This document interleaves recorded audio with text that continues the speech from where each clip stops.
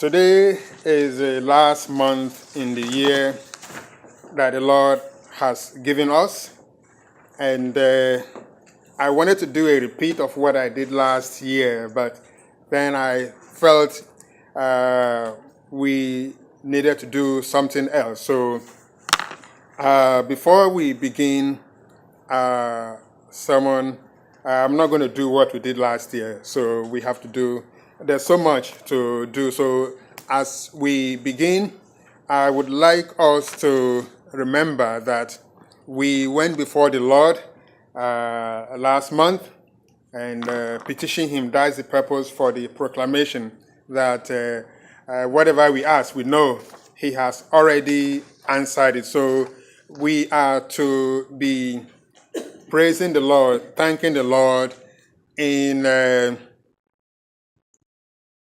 with the belief that he has already heard our prayers and that he has done everything that we ask of him without walking by, flesh. We walk by faith. And so if by God's grace we went before the Lord and we made all the I think 11 prayer points.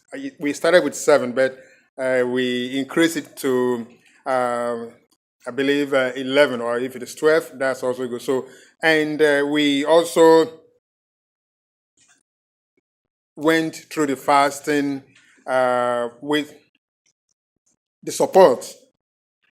Those who participated, those who joined, those who were unable to participate, I believe we should all claim the blessings for ourselves, for that God has already heard each individual's prayer. So the sermon we had last week in Virginia was actually, we thank God for answered prayers. So what we are doing today may not necessarily be the same sermon, but we are doing something which is critically important. So we have to have the reassurance that God has already heard the prayers and we are not going to be looking back. However, we should also be, while we are thanking God for all of the prayer points, we know others have individual prayer points that they may not have brought forth, but all the same, we need to put our focus on the fact that whatever we have read in this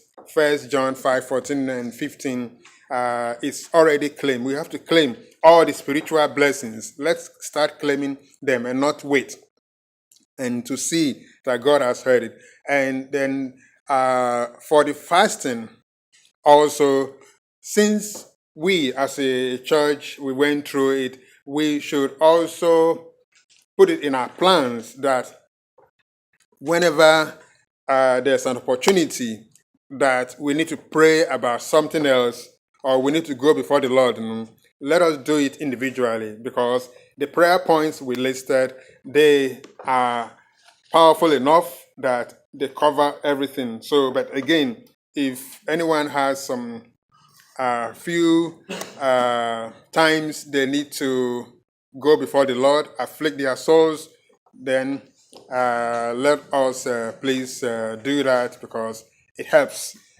to continue. But we are not going to go back and repeat the same thing. That's the reason for the proclamation again, because we should be thanking God for what he has done for us. Our fathers did them.